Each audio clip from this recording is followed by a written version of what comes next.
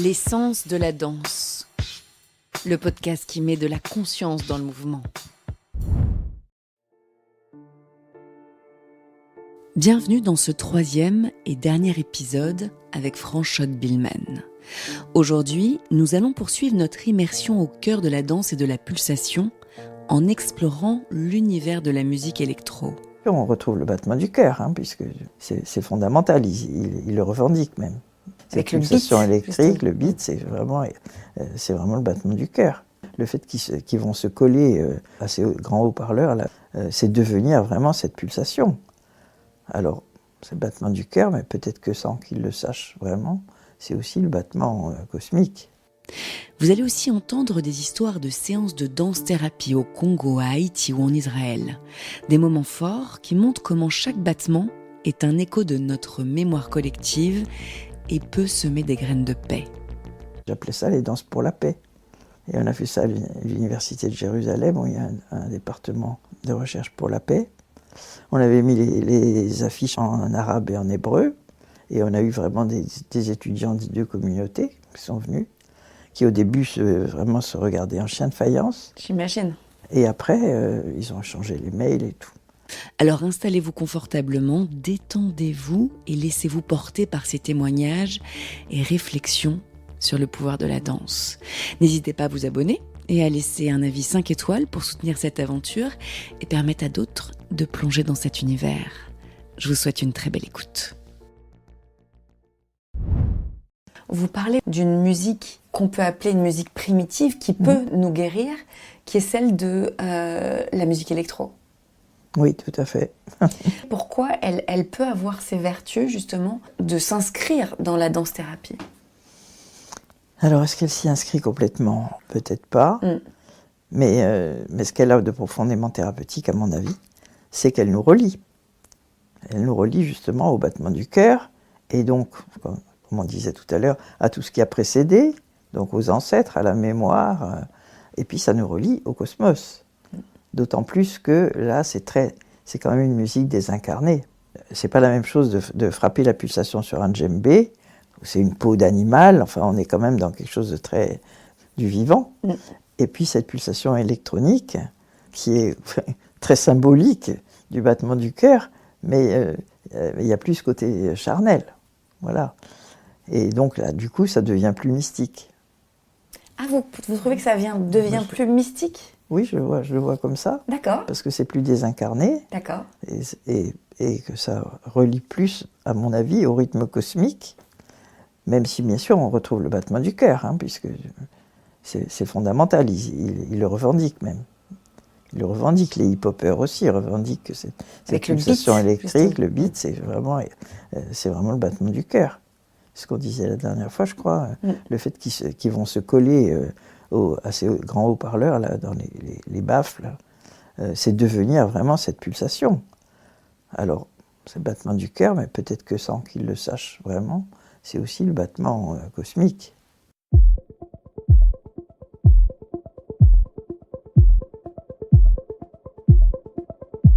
Moi, ce qui m'a impressionné, c'est tout ce que j'avais lu là sur les festivals, Burning Man et tout ça, qui sont très mystiques. En quoi ils sont mystiques ? Expliquez-nous. Vous y êtes allé d'ailleurs ? Non, mais j'ai pas mal interviewé de ravers qui y sont allés. Déjà, le dispositif, qui est très comme un mandala, le plan. Le plan général en rond, comme ça. Ouais. Et où il y a le centre, au centre, il y a la scène. Vous êtes allé, vous ? Non. Et où il y a cette rêve d'y aller. Oui, moi aussi, j'aimerais bien. Venez, France, on y va ensemble. D'accord.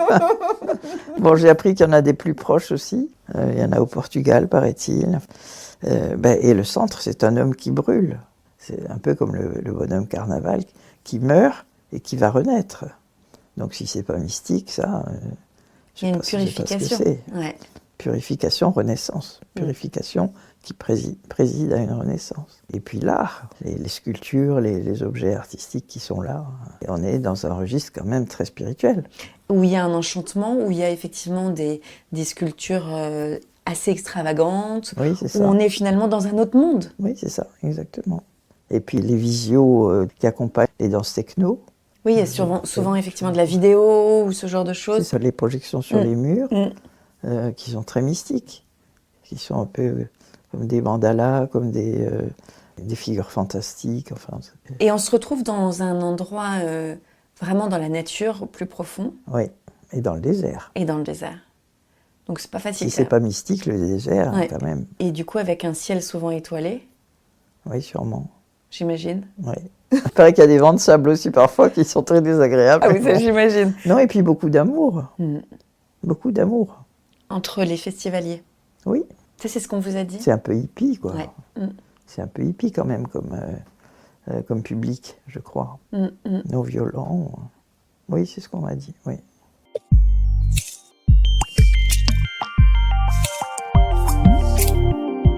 Et c'est quelque chose, vous croyez, dont on a besoin de retrouver et de resacraliser finalement la danse? De resacraliser non seulement la danse, mais tout ce qu'elle évoque, justement, de cette mémoire ancestrale, où on était relié aux autres, relié au cosmos, relié au passé, relié aux ancêtres, relié à la terre. Parce qu'on est d'accord qu'en tout cas, la danse, telle qu'on, la plupart du temps, elle n'est plus du tout sacralisée, elle est plus sacrée, c'est fini ça. Ah, ça fait un moment. Hein. Ouais.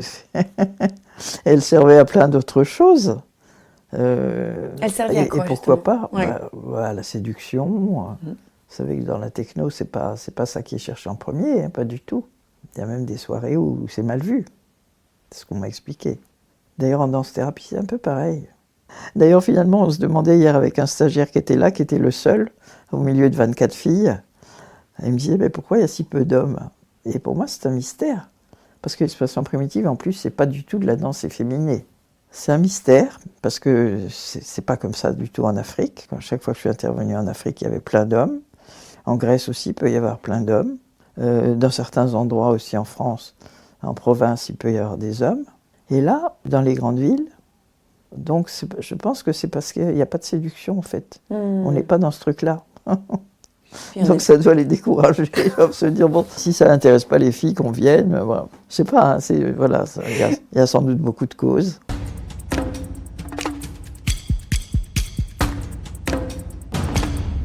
Votre danse rythme thérapie, vous l'avez faite en Afrique et Oui. vous avez proposé. Qu'est-ce que ça a donné? Ça s'est très très bien passé. Et en Haïti aussi. En Haïti, j'ai travaillé dans un orphelinat. Et à Goma, donc en Afrique, dans un coin en plus où c'est très, très conflictuel. Au Congo? Oui, Goma, oui, c'est la partie du Congo qui est tout près du Rwanda. Très bien. Voilà. C'est en plein Nord Kivu, Goma.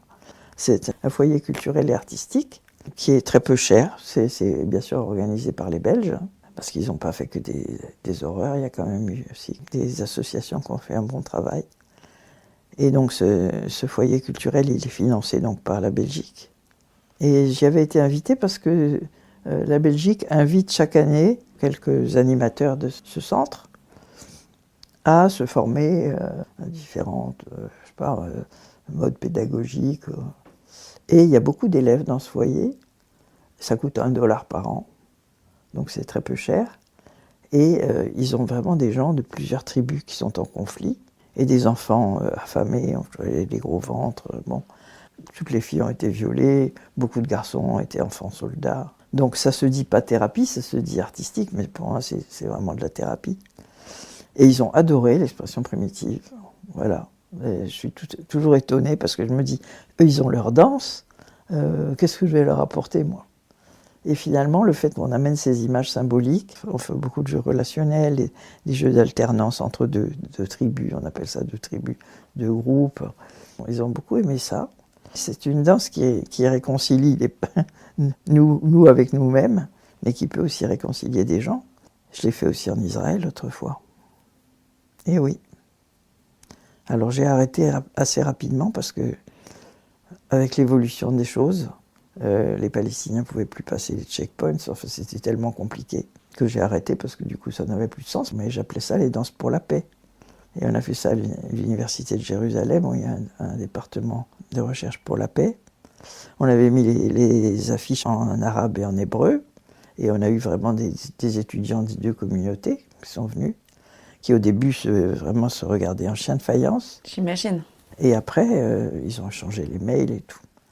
Mais après, bon, j'ai bien vu que ça évoluait pas dans le bon sens. Ça ne peut pas résoudre les problèmes au niveau politique quand même. Hein. Mais je suis persuadée que ça semait des petites graines de paix. C'est quand même énorme ce que vous me dites, parce que Oui. le fait, ne serait-ce que d'avoir des échanges, même si ça a maintenu un lien déjà, même s'il n'y en a eu qu'un seul mail d'échanger, d'avoir fait cette démarche, ça veut dire qu'il y a une reconnaissance. C'était très, très émouvant de faire ça là-bas. Parce que c'est des cultures tellement proches finalement. Je me rappelle, on avait commencé par une berceuse qui, c'était une chance, et existe aussi bien chez les Juifs que chez les Arabes. Ça, je me rappelle encore. Nami, nami, nami, ti, da, da, da, da, da, da, da. Alors on a commencé à balancer là-dessus, puis après on a un peu parlé, et puis y en a qui ont dit, bah oui, nous, les Israéliens ne peuvent pas aller au Liban, par exemple. Enfin, à l'époque, ils ne pouvaient déjà pas, encore moins maintenant qu'il y a la guerre. Et les Palestiniens, ils peuvent aller nulle part, de toute façon. Donc il y avait un manque des deux côtés. Prendre conscience de ça, balancer tous ensemble sur cette berceuse. Et après, j'ai expliqué que l'expression primitive était aussi née dans un contexte de conflit entre les Noirs et les Blancs aux États-Unis. Et ça avait vraiment super bien marché. Comment la séance a évolué? Il y a eu des émotions? Des grandes émotions, ouais. Oui. On faisait des exercices, après on parlait, puis on faisait des exercices. Ah, donc il y avait quand même de la parole là, pour le coup. Ah oui, là, il y a de la parole, oui, oui. Oui, là, c'était vraiment une expérience. On avait eu l'autorisation du recteur de l'université, il y avait un photographe officiel. J'ai encore une petite vidéo, enfin bon, on voit pas grand-chose, ça a été très mal filmé, mais oui, j'ai un témoignage de ça. Et Goma aussi, j'ai un témoignage de ça. Et puis où est-ce que je l'ai fait aussi? En Haïti, ça c'était assez extraordinaire parce que là c'était les enfants dans les orphelinats. Et juste avant d'arriver à Haïti, est-ce qu'il peut y avoir un bienfait notamment sur les femmes qui ont subi des violences sexuelles? Comment ça se passe du coup? Alors, il se trouve que je vais revoir un de ces jeunes le 29 parce qu'il passe ici. Il est devenu danseur. Je ne sais pas pourquoi il est en France et pas en Belgique, mais en tout cas... apparemment, il arrive à faire sa vie en France. Il a des projets artistiques qui ont été sélectionnés. Enfin. Et il m'a dit qu'il aimerait bien que une de ses copines, qui a, paraît-il, un visage jusqu'en 2026, parce que c'est toujours le problème, c'est de les faire venir, elle aimerait bien faire une formation de danse-thérapie.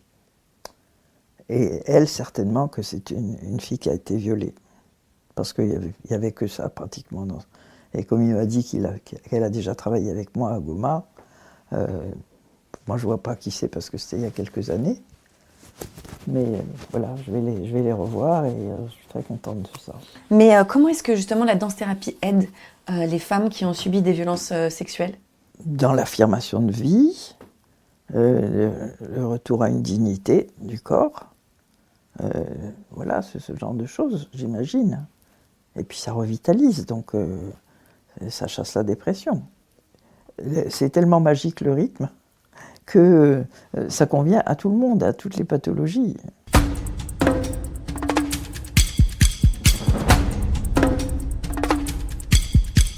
Et à Haïti, racontez-nous. Alors à Haïti, j'avais été invitée pour faire une conférence sur le carnaval par l'Institut français. Et puis, moi je suis d'origine protestante, j'avais donc pris contact avec la Fédération protestante. Parce que ça m'intéressait de travailler dans un orphelinat en expression primitive, puisque j'étais là-bas. L'expression primitive, ça vient d'Haïti, hein, je vous ai dit. Un chorégraphe haïtien, Ernst Duplan, qui s'inspirait quand même forcément des dieux vaudous, bien qu'il était, lui, laïque. Il a été le premier à nous parler d'archétypes, en fait. Donc, comment ça s'est passé? Oui, j'ai rencontré donc une des directrices d'un orphelinat, une jeune femme charmante. Et elle m'a proposé donc de venir un jour faire une séance dans un orphelinat. Je m'en souviendrai toujours parce que le pasteur s'appelle Merci Dieu. Son nom de famille, Merci Dieu. Oui, en Haïti, ils ont beaucoup de noms comme ça. Et en fait, il a adoré. Mais quand je suis arrivée, les enfants étaient assis. Il m'a expliqué, il m'a dit, bon, ils ont un cours de calcul et un cours de français. Tout le reste du temps, on ne sait pas quoi en faire de tous ces mômes. Ils sont assis. Interdiction de parler, interdiction de se lever pour jouer ou autre. Enfin, aucune expression n'est autorisée. Toute la journée à rien faire. C'était 2-3 ans après le tremblement de terre. Ça devait être en 2015-2016, voilà. Alors que le tremblement de terre, c'était en 2012. Donc des enfants en plus qui avaient vu mourir leurs parents, enfin, c'était atroce. Et puis, moi je commence souvent par une chanson, parce qu'on va taper dans les mains, la pulsation, on va balancer, etc. Et eux, ils connaissaient que des cantiques. Alors on a commencé, Jésus est mon rocher, sur lui je peux m'appuyer. On a tapé dans les mains, tac, tac, tac, tac. On a commencé à mettre ça dans les pieds, voilà, on avançait. Jésus est mon rocher, sur lui je peux m'appuyer. Et puis petit à petit, au lieu de mettre ces paroles, on a fait, je sais pas, genre Yao, Yao, Yahweh, Yao, Yao, Yahoah. Et puis après, on a commencé à faire des animaux, tout doucement. On avançait du coup en tigre, on reculait avec les pattes de velours, voilà. Ils étaient ravis, les gosses. Après, on a même fait une danse du serpent dans la cour. Et le serpent, c'est un dieu important chez eux, hein, le dieu d'Ambala, dieu serpent. Et puis le pasteur nous regardait, il ne participait pas, mais il nous regardait. Et à la fin, il m'a dit, mais c'était absolument génial. Oh, si seulement ça pouvait exister tous les jours. Parce que les enfants, du coup, ils sont calmes.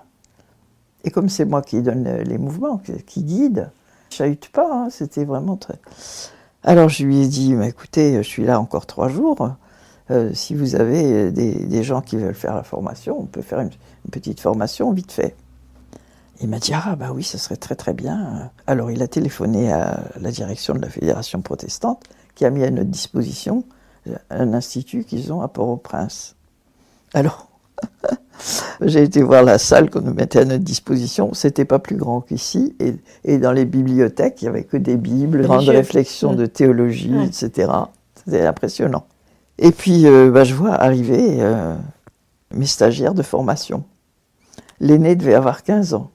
Moi, en occidental, ethnocentriste, finalement, on est toujours ethnocentriste sans le vouloir. J'avais cru qu'il y avait des animateurs. Mais non, pas du tout. Il n'y avait rien du tout. Donc ils ont pris les plus responsables. Ouais. Pas forcément les plus âgés. J'en avais un qui avait 8 ans. Et en fait, plusieurs petits quarts sont arrivés parce qu'il y a plusieurs orphelinats. Donc on était quand même assez nombreux dans ce petit espace. Mais ils ont tout de suite tout pigé. Enfin, franchement, on a fait des exercices que je fais avec mes stagiaires de formation ici au bout de 2 mois. Là, sur un week-end, on a fait des tas de trucs. Et alors la jeune femme m'a écrit pendant plusieurs années en me disant qu'il continuait tous les matins à refaire des exercices comme ça dans l'orphelinat et que les enfants vraiment adoraient ça, quoi. Génial. Oui, il faudra que j'y retourne. J'ai un grand ami là-bas, Alain Eckermont, spécialiste du vaudou, ancien jésuite, devenu spécialiste du vaudou, faut le faire. Et quel courage de rester en Haïti. Ouais. C'est dur là. Et il m'invite depuis longtemps. Vous êtes retourné voir des fois des cérémonies de danse de possession ? Ah ben, j'en ai vu beaucoup en Haïti. Oui. Je sais, mais avant votre... Ça, c'était pendant votre thèse, mais après ? Non, c'était après ma thèse. Ah d'accord. Je suis allé 2 fois avec Ernst Duplan en Haïti. Ma thèse était déjà faite, oui.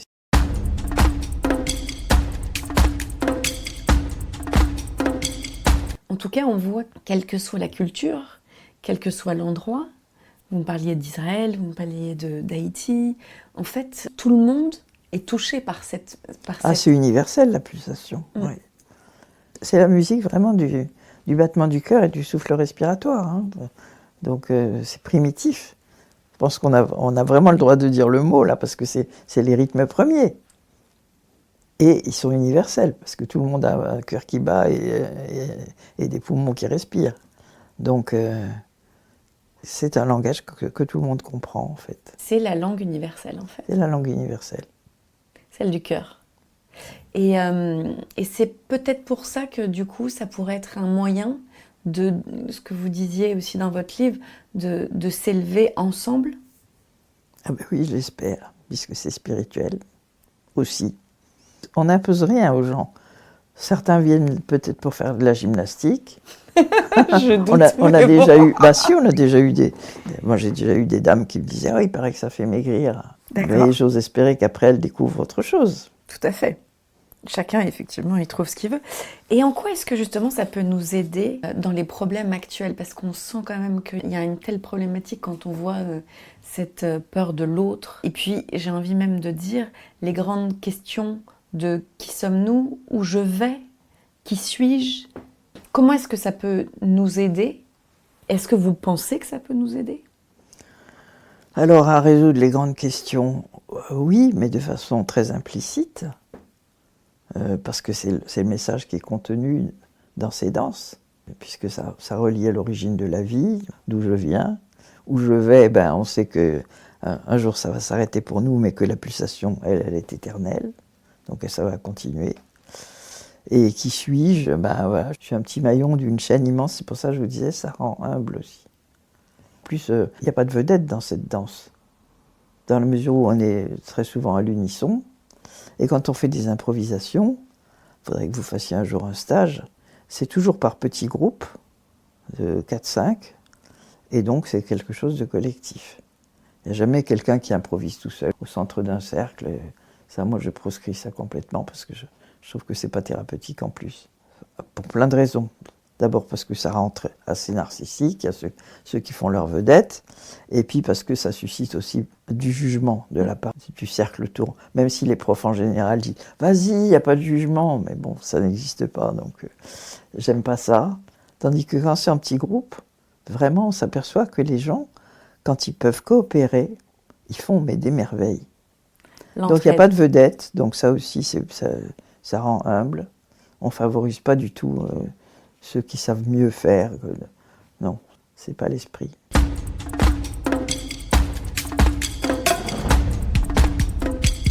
On se demande comment ça se fait, et en même temps, dans certains pays, c'est ce qu'ils font, c'est de prescrire des moments de danse, de prescrire des moments de musée. C'est ça qu'il faudrait qu'on fasse, non? Ah, ce serait bien, oui, que ce soit des prescriptions. Moi, je demanderais que ça, hein, que les médecins prescrivent ça. Peut-être qu'on va y arriver à un moment donné. Je l'espère. Moi, je suis pas quelqu'un qui fait des démarches, je suis pas doué pour ça. Mais c'est sûr que ça mériterait d'être étiqueté d'utilité publique, par exemple. Et remboursé par la sécurité sociale. Et remboursé par la sécurité sociale, et enseigné dans les écoles. Alors là, quand même, j'ai plusieurs professeurs dans les formations qui arrivent à enseigner ça à leurs élèves. Oui, il y a des chefs d'établissement qui encouragent ça. Ça reste infime. Oui, mais ça commence à infuser. Par rapport aux besoins. Ben oui, je l'espère. C'est quoi? Je l'espère à la fois par la Commission européenne, par la base, par les professeurs ou les instituts qui font ça avec leurs élèves. Est-ce que vous avez une espérance, un projet qui vous tient à cœur maintenant que vous avez mis en place cette méthode, que vous avez touché quand même beaucoup de gens, que vous avez écrit des bouquins qui sont... Est-ce qu'il y a une prochaine étape? Qu'est-ce que vous espérez maintenant? Je ne sais pas si c'est vraiment par étape, mais ce que j'espère, c'est une reconnaissance, oui, de cette technique. Moi, j'ai toujours été suivie par le public. J'ai toujours eu du monde dans mes groupes, alors qu'on ne fait pas de pub. C'est peut-être hypocrite de dire ça, parce que bien sûr, les bouquins, c'est une pub. Il y a tellement de choses sur le marché que les gens se disent, quand même, s'il y a des bouquins derrière et qu'elle enseigne à la fac, c'est quand même un peu une garantie. Donc c'est un peu de la pub, quand même. Mais on ne fait pas de pub commerciale. Et pourtant, il y a toujours eu beaucoup de monde. Mais c'est plus les autorités qui sont difficiles à convaincre. J'ai eu des problèmes avec une grande chorégraphe très connue en France qui m'avait invité. Ces danseurs n'ont rien compris, ils n'ont pas apprécié du tout, quoi. Alors elle avait invité en même temps tout un groupe d'infirmiers psychiatriques. Alors, vous pouvez deviner ce qui s'est passé. Donc les danseurs devant, mais c'est quoi ce truc tribal, là, machin, hein. Et derrière, les infirmiers psychiatriques qui s'éclataient comme des bêtes. Et voilà, de toute façon, c'est les élites, enfin les élites entre guillemets, qui ont réprimé les danses populaires. Donc on en est encore là? Je trouve qu'on en est encore là, même dans le monde de la danse. Alors le hip-hop a fait beaucoup quand même pour revaloriser ces rythmes archaïques, primitifs, cette pédagogie mimétique. Parce qu'il y a eu toute la question de la vague, vous savez, les hip-hoppers, quand ils font la vague là, avec le bras, moi je ne sais pas la faire, mais la danse contemporaine, sa pédagogie, c'est plutôt de sentir la vague en soi, et eux, non, ils sont devant le miroir, et ils travaillent, voilà, phalange par phalange. Tout à fait. Voilà. Et ils insistent pour maintenir cette pédagogie-là qui était vomie au niveau du ministère de la Danse.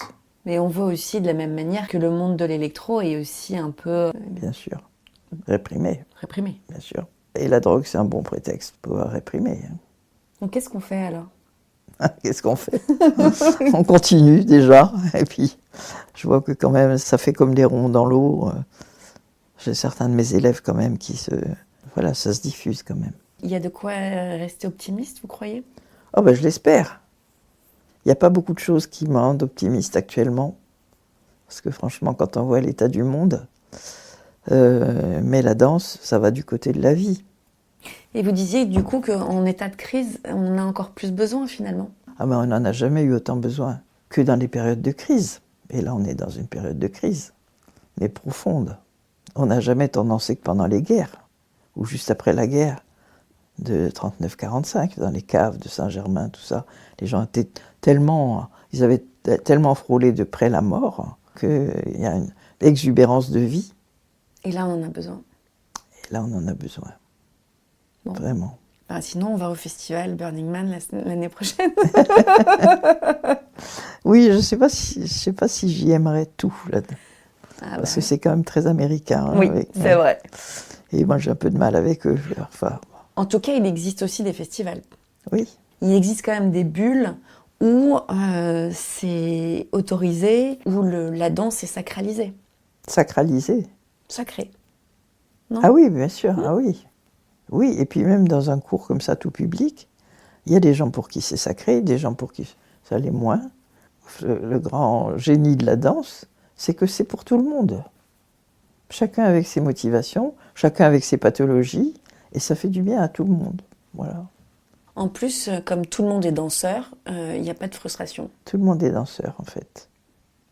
Et il n'y a pas besoin d'apprendre. Quand j'étais à Cuba, et que j'aurais dit qu'il y avait en France des cours de salsa, mais ils se roulaient par terre de rire. C'est quoi, mais des cours? C'est quelque chose qu'on regarde et après qu'on fait. Voilà. Un mimétisme, ouais. Oui, c'est ça. C'est pas parfait, mais... Et puis, on voit quand même... Vous avez, votre méthode, mais il y a aussi d'autres méthodes quand même qu'on voit aussi éclore. Je veux dire, la danse des 5 rythmes, les danses extatiques, etc. Oui. Donc, quand même, on sent qu'il y a... Il y a quelque chose autour de la pulsation qui s'est vraiment réveillé au début du XXe siècle, quand sont arrivées les danses afro-américaines. Et d'ailleurs, justement, là, il y a aussi un autre mouvement qu'on sent, qui est l'afrobeat. Oui. Ça aussi, c'est quelque chose qui finalement s'inscrit pour le coup dans la danse du mouvement, de la pulsation. Oui, la danse du cœur. Donc on y est toujours, quoi. Ça nous est revenu par le détour de l'autre. Mais on avait ça dans notre mémoire aussi, hein, ça c'est sûr. Même si ça a été progressivement étouffé, la pulsation affadie. Pour avoir cette appétence au rythme, ça veut bien dire que c'est inscrit quelque part. Nous voilà arrivés à la fin de cet épisode. J'espère que cette immersion dans l'univers de la danse-thérapie vous a inspiré et vous a offert un nouvel éclairage sur le pouvoir du mouvement. Un grand merci à France Schott-Billman pour son partage et ses récits incroyables. La semaine prochaine, nous irons explorer sur le terrain comment l'une de ses élèves utilise la méthode de danse-thérapie. Nous partirons ensemble pour un reportage exclusif avec Svetlana Panova auprès de personnes atteintes de la maladie de Parkinson à l'hôpital Salpêtrière. Et vous verrez, les résultats sont fascinants. Alors je vous dis à la semaine prochaine. N'oubliez pas de vous abonner pour ne manquer aucun épisode et de laisser un avis 5 étoiles. Prenez soin de vous et à dimanche prochain. J'ai hâte de vous retrouver.